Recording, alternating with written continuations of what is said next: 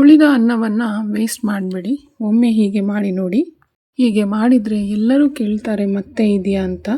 ಅಷ್ಟೊಂದು ಅದ್ಭುತವಾದಂತಹ ರುಚಿ. ಮತ್ತು ಇನ್ನೊಂದು ಸೌತೆಕಾಯಿ ಮತ್ತು ಅವಲಕ್ಕಿಯ ಒಂದು ರೆಸಿಪಿಯನ್ನು, ಬ್ರೇಕ್ಫಾಸ್ಟ್ ರೆಸಿಪಿಯನ್ನು ನೋಡಿಕೊಂಡು ಬರೋಣ. ಟೆಂಪಲಲ್ಲಿ ಕೊಡುವಂತಹ ಸೌತೆಕಾಯಿ ಅವಲಕ್ಕಿ ಜೊತೆಗೆ ಒಂದು ಒಳ್ಳೆಯ ಮಸಾಲೆ ರೊಟ್ಟಿಯನ್ನು ಹೇಳ್ಕೊಡ್ತಾ ಇದ್ದೇನೆ. Hi all, this is Sandhya. Welcome back to my channel. ಹೇಗಿದ್ದೀರಾ ನೀವೆಲ್ಲರೂ ಚೆನ್ನಾಗಿದ್ದೀರಾ ಅಂತ ನಾನು ಭಾವಿಸ್ತೀನಿ. ನಾನು ಕೂಡ ಚೆನ್ನಾಗಿದ್ದೀನಿ. ಇವತ್ತು ಒಂದು 2 ಬ್ರೇಕ್ಫಾಸ್ಟ್ ರೆಸಿಪಿಯೊಂದಿಗೆ ಬಂದಿದ್ದೇನೆ.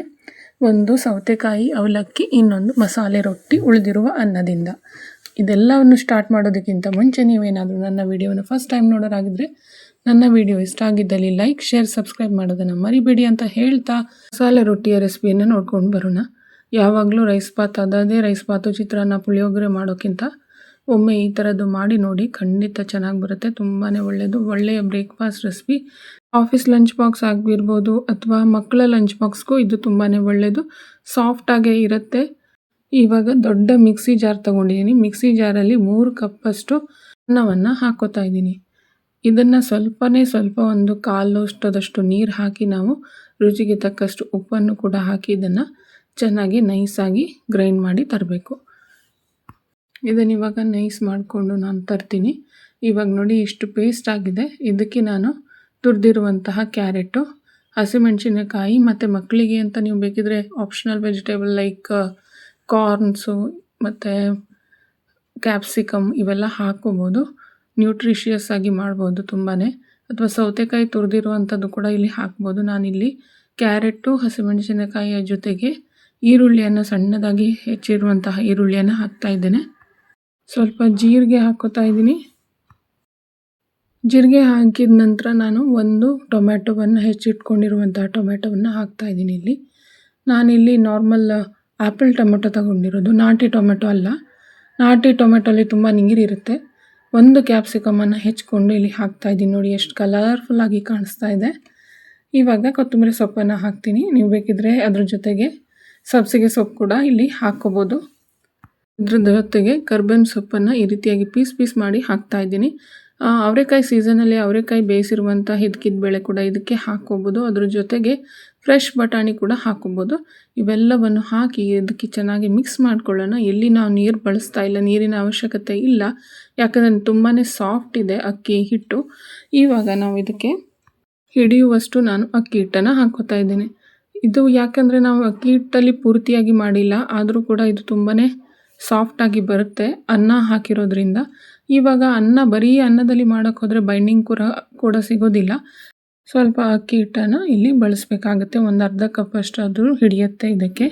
3 ಕಪ್ಪು ಅನ್ನ ಇತ್ತು ನನ್ನ ಹತ್ರ. ಹಾಗಾಗಿ ಇವೆಲ್ಲವನ್ನು ಚೆನ್ನಾಗಿ ನಾವು ಮಿಕ್ಸ್ ಮಾಡ್ಕೊಳ್ತಾ ಬರಬೇಕು. ನೋಡಿ ಈ ರೀತಿಯಾಗಿ ರೊಟ್ಟಿ ತಟ್ಟುವ ಹದಕ್ಕೆ ನಾವು ಇದನ್ನು ಮಾಡ್ಕೊಳ್ಬೇಕು. ಹೆಂಚು ಕಾದಿದೆ, ನಾನು ಎಣ್ಣೆ ಹಚ್ಚಿಬಿಟ್ಟು ಈ ರೀತಿಯಾಗಿ ತಟ್ಕೊಳ್ತಾ ಇದ್ದೀನಿ. ಅಲ್ಲದೆ ಹೊಸದಾಗಿ ಮಾಡೋರಾದರೆ ಬಾಳೆ ಎಲೆ ಮೇಲೆ ತಟ್ಟಿ ಕೂಡ ಇದಕ್ಕೆ ಹಾಕ್ಕೊಂಡು ನಾವು ಈ ರೀತಿಯಾಗಿ ರೊಟ್ಟಿಯನ್ನು ಮಾಡ್ಬೋದು. ನೋಡಿ ಎಷ್ಟು ಚೆನ್ನಾಗಿ ಬೇಯ್ತಾ ಇದೆ ಮತ್ತು ತುಂಬಾ ಕಲರ್ಫುಲ್ ಕಾಣಿಸ್ತಾ ಇದೆ. ಇದು 2 ಸೈಡು ಚೆನ್ನಾಗಿ ಬೇಯಿಸ್ಕೊಳ್ಳೋಣ ನಾವು. ಉಳಿದಿರುವ ಅನ್ನ ಹಾಕಿರೋದ್ರಿಂದ ಏನಾದರೂ ತಟ್ಟೆಗೆ ಅಥವಾ ಕಾವಲಿಗೆ ಅಂಟ್ಕೊಳ್ಳುತ್ತೆ ಅಂತ ಅಂದ್ಕೊಂಡ್ರೆ ಇಲ್ಲ. ನೋಡಿ ಎಷ್ಟು ಚೆನ್ನಾಗಿ ಬಂತು. 2 ಸೈಡ್ ಈ ರೀತಿ ಫ್ರೈ ಮಾಡಿ ನಿಮಗೆ ಇಷ್ಟವಾದ ಚಟ್ನಿಯ ಜೊತೆಗೆ ಸರ್ವ್ ಮಾಡ್ಬೋದು. ಚಟ್ನಿ ಬೇಡ ಅಂದರೆ ಬೆಣ್ಣೆ ಮತ್ತು ತುಪ್ಪದಲ್ಲೂ ಚೆನ್ನಾಗಾಗುತ್ತೆ. ಖಂಡಿತ ಒಮ್ಮೆ ಟ್ರೈ ಮಾಡ್ತೀರಾ ಅಂತ ಭಾವಿಸ್ತೀನಿ. ಇವಾಗ ನಾನು ಸೆಕೆಂಡ್ ರೆಸಿಪಿ ತೋರಿಸ್ತಾ ಇದ್ದೀನಿ. ಇದು ಬಂದು ಟೆಂಪಲಲ್ಲಿ ಕೊಡುವಂತಹ ಪ್ರಸಾದದ ರೆಸಿಪಿ, ಸೌತೆಕಾಯಿ ಅವಲಕ್ಕಿ.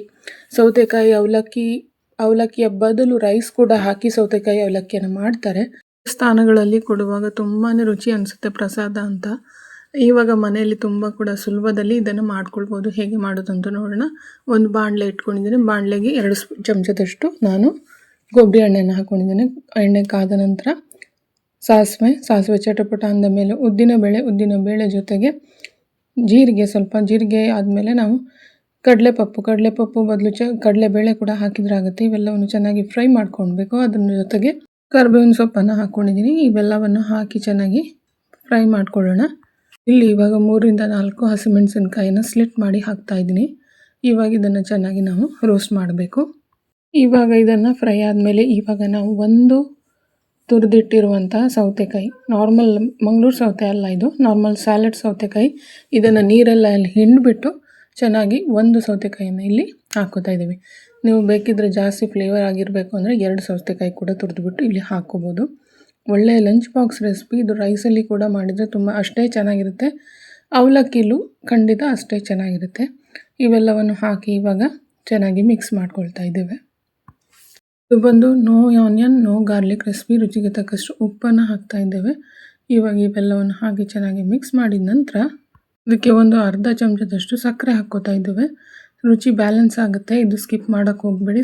ಸ್ವಲ್ಪ ಸಕ್ಕರೆ ಕೂಡ ಹಾಕ್ಕೋಬೇಕು. ತುಂಬಾ ಚೆನ್ನಾಗಿರುತ್ತೆ. ಇವೆಲ್ಲವನ್ನು ಮಿಕ್ಸ್ ಮಾಡಿ ಇವಾಗ ನೋಡಿ, ನಾನು ದಪ್ಪ ಅವಲಕ್ಕಿ ತೊಗೊಂಡಿರೋದು. ದಪ್ಪ ಅವಲಕ್ಕಿನ ಚೆನ್ನಾಗಿ ಒಂದು 15 ನಿಮಿಷ ನೆನೆಸಿಟ್ಕೊಂಡಿದ್ದೆ. ಬೇರೆ ಅವಲಕ್ಕಿ, ಕೆಲವೊಂದು ಅವಲಕ್ಕಿ 5 ನಿಮಿಷಕ್ಕೆ ನೆನೆಯುತ್ತೆ. ಇದು ನಾನು 10ರಿಂದ 15 ನಿಮಿಷ ಹಿಡಿತು. ಇದು ನೆನೆಸ್ಕೊಂಡಿರುವಂತಹ ಅವಲಕ್ಕಿಯನ್ನು ಇಲ್ಲಿ ಹಾಕ್ಕೋತಾ ಇದ್ದೇನೆ. ಎಲ್ಲವನ್ನು ಇವಾಗ ಚೆನ್ನಾಗಿ ಮಿಕ್ಸ್ ಮಾಡ್ಕೊಳ್ಬೇಕು. ಇವಾಗ ಇಲ್ಲಿ ಮಿಕ್ಸ್ ಆಗಿದೆ. ಇವಾಗ ನಾನು ಇದಕ್ಕೆ ಕಾಯಿ ತುರಿಯನ್ನು ಹಾಕ್ತಾ ಇದ್ದೀನಿ. ಕಾಯಿ ತುರಿ ಒಂದು ಅರ್ಧ ಕಪ್ಪಷ್ಟು ಹಾಕ್ಕೋತಾ ಇದ್ದೀನಿ. ಕಾಯಿ ತುರಿನೂ ತುಂಬಾ ಚೆನ್ನಾಗಿ ಫ್ಲೇವರ್ ಕೊಡುತ್ತೆ. ಮತ್ತು ಎಲ್ಲಾದರೂ ಮಾಯಿಶ್ಚರ್ ಇದ್ದರೆ ಅದು ಕೂಡ ಸೋಕ್ ಮಾಡುತ್ತೆ. ನಮ್ಗೆ ಸೌತೆಕಾಯಿಯ ನೀರಿನಂಶ ಇರೋದ್ರಿಂದ ಸಾಗಿ ಆಗೋದಿಲ್ಲ ಕಾಯಿ ತುರಿ ಹಾಕಿದರೆ.